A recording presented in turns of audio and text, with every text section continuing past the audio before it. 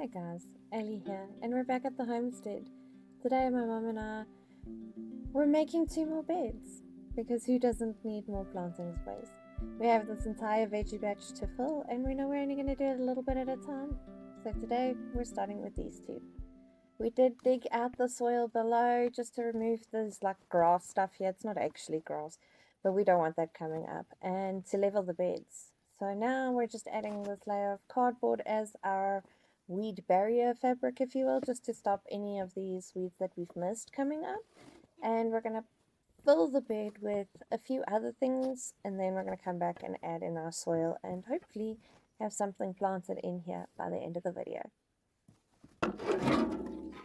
Right, so I'm just coming to collect a bit of grass. Unfortunately, my mic broke, so the sound in this video might not be great, but we're still going to work through it. Let's see what we can get done.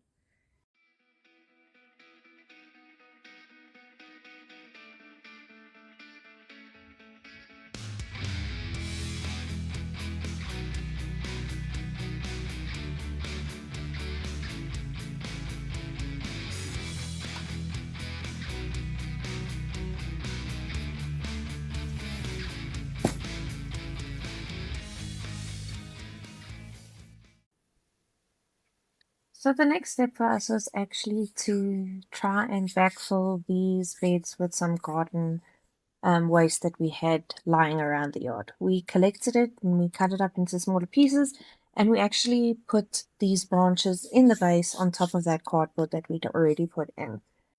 Now, the whole point of doing this is actually just to help us keep our costs down, because it does cost a lot of money to fill a bed this size with compost or at least soil.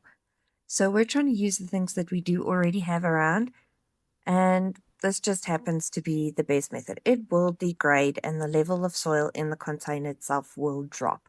That is fine. We're not too worried about it.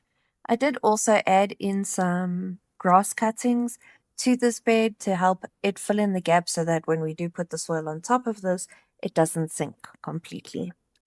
We then moved on to collecting some soil, but I do want to point out in the bottom left-hand corner of the screen, this is actually another little raised garden bed we created. It's an old shelf my mom had lying around, and we filled that up much in the same method as what we've done today. But in here, we've planted a few peas and some spinach as well as some basil.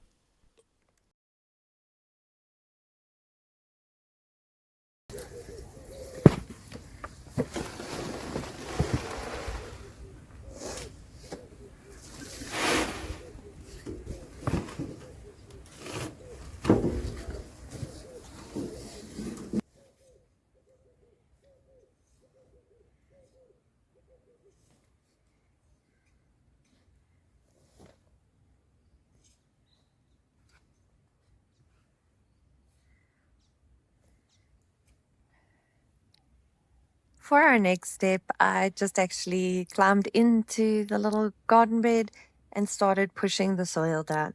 Not only does this weigh the grass clippings and the branches down, it also just gets the sand to fall in between the cracks, so that when you come back with your next layer, it's more compact and you lose less of your growing space. Because when you water it, it will drop significantly because it essentially washes the soil into the little gaps that you've missed.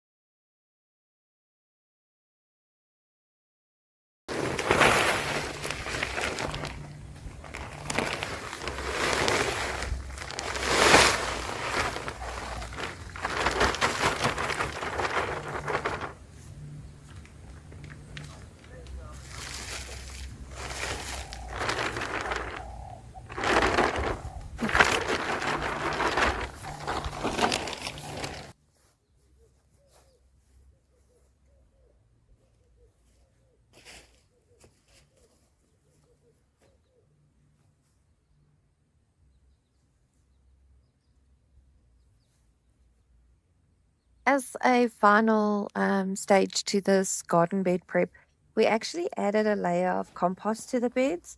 We only used this compost we found here locally. We just got it from the nearest nursery to us, and we're going to see how it performs. It's the same compost we've used in the other two beds behind me, as well as the container that holds our peas.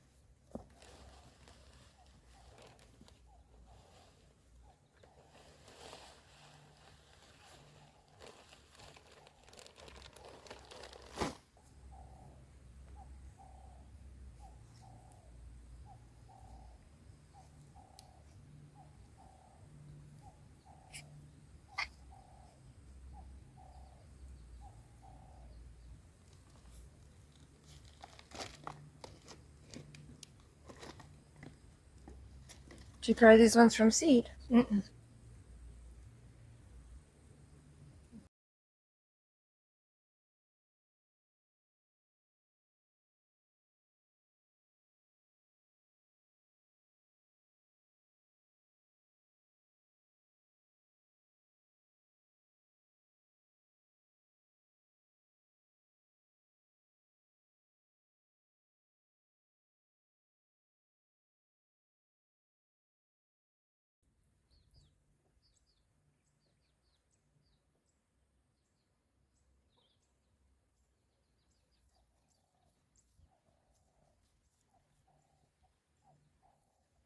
Okay, so in this bed over here, we've got some more onions and some spinach, and over here we've got some more broccoli growing. We may come and plant some seeds down the middle or down the side. We'll see how that goes. But for now, not looking too bad. Okay, so we're just going to give these weeds a bit of a water and we're going to call it a day here. Thanks for hanging out with us, and we'll see you on the next one.